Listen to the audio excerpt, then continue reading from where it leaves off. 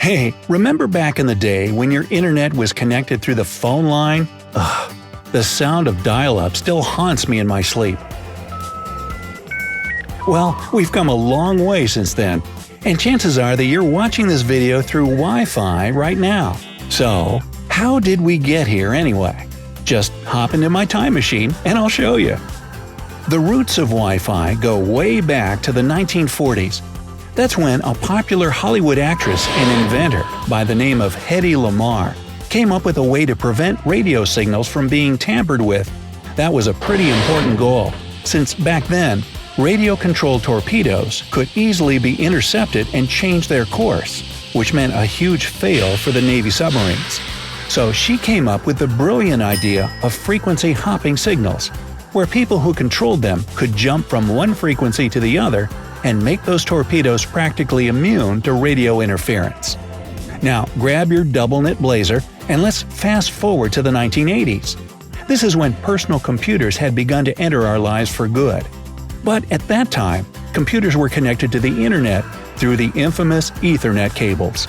Seems to me like scientists were getting tired of tripping over all those cables since they decided they wanted to start sending data using radio signals. However, those early attempts were unsuccessful, since it all bounced back on walls, furniture, and pretty much anything that stood in a computer's way.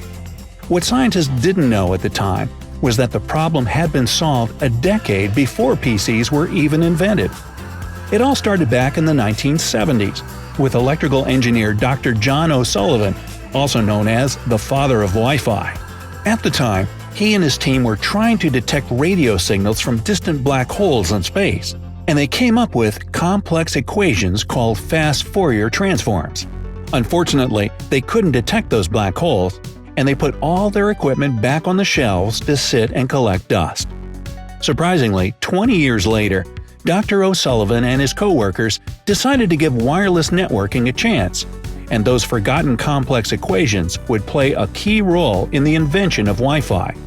After a lot of experimentation, they took their fancy fast Fourier transforms, added them in the mixture with the data equations they'd previously tried to send over radio, and thus they formed the basis for the Wi-Fi we all know and love today. But again, that was just the basis. Later, in 1996, they further developed their original key patent, and by 1997, they finally cracked the code and came up with the first version of the 802.11 protocol. Now, this is where you go, ooh, ah. Oh well, maybe you didn't catch what I was saying among all that numeric mumbo-jumbo. Okay, so let's talk about the name you're more familiar with, Wi-Fi. What does it mean anyway? I always thought it was some sort of acronym or abbreviation for two technical terms or something. But truth be told, and that's what we do here on Brightside, it doesn't stand for anything. Here's how the naming situation went down. Since their first protocol, the Wi-Fi Alliance wanted to come up with a catchier name than 802.11. Good idea. So they hired some market-savvy people to help them with that. And ta-da! Wi-Fi was born. Wi-Fi is a pun on the word hi-fi, which means high fidelity, a technical term used for high-quality audio technology. Now imagine walking into a cafe and asking the staff for the password to the IEEE 802.11. Haha. Anywho, now that we've covered all these decades and how we got to where we are today, let's take a look at how Wi-Fi really works.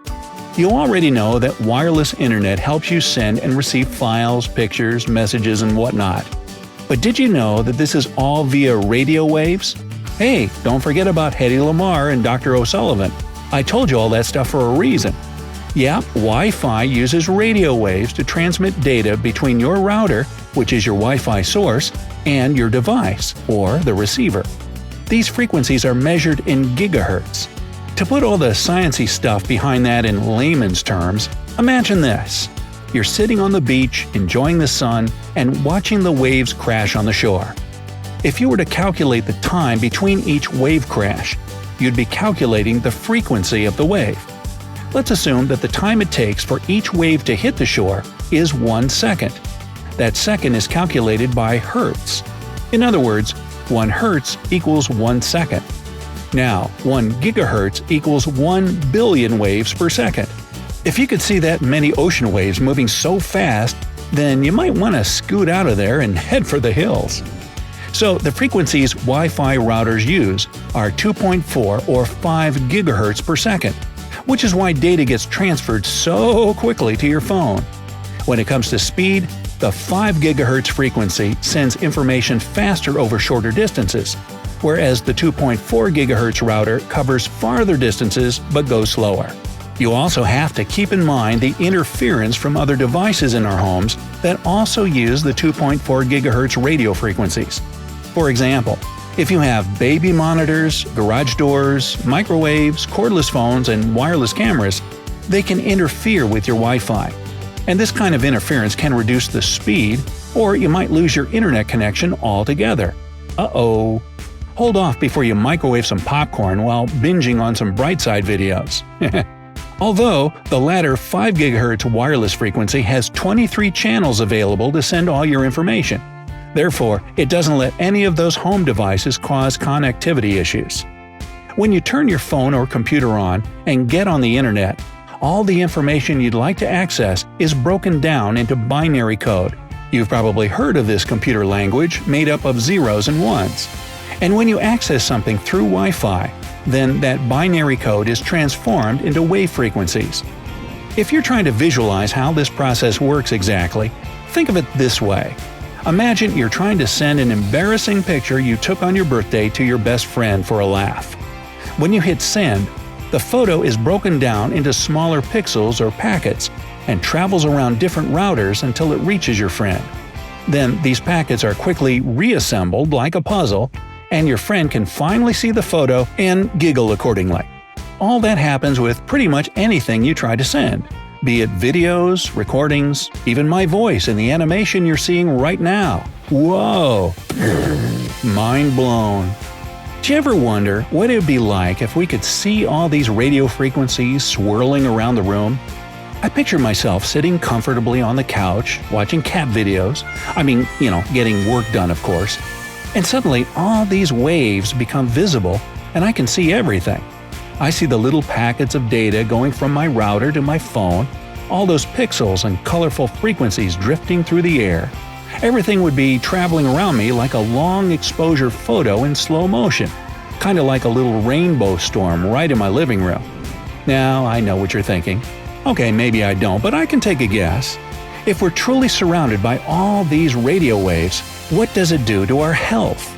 Is Wi-Fi dangerous? Well, the short answer is no. Wi-Fi works at extremely low voltages. Even at short distances, Wi-Fi is just part of the household smog that's generated by TV and radio signals. Wi-Fi uses non-iodizing wavelengths of radiation that are harmless to the human body. The sun, on the other hand, uses iodizing radiation wavelengths, or ultraviolet rays, that aren't so good for you. In fact, it's more dangerous for your body to go outside than it is if you just sit next to your Wi-Fi router. Great! I think I'll keep myself planted on the couch then.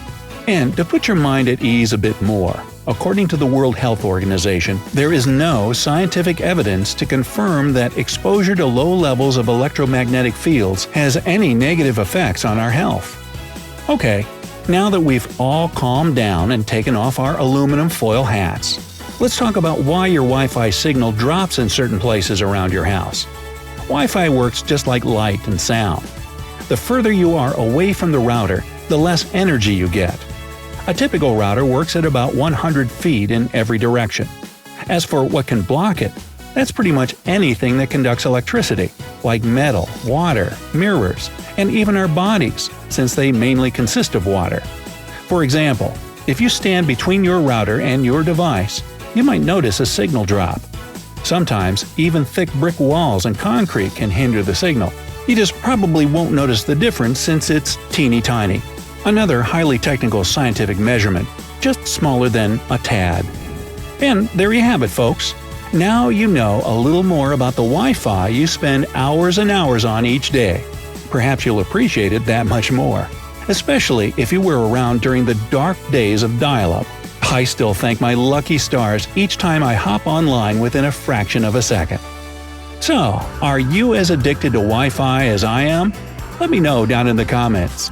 If you learned something new today, then give this video a like and share it with a friend. But don't go anywhere just yet. We have over 2,000 cool videos for you to check out. All you have to do is pick the left or right video, click on it, and enjoy. Stay on the bright side of life.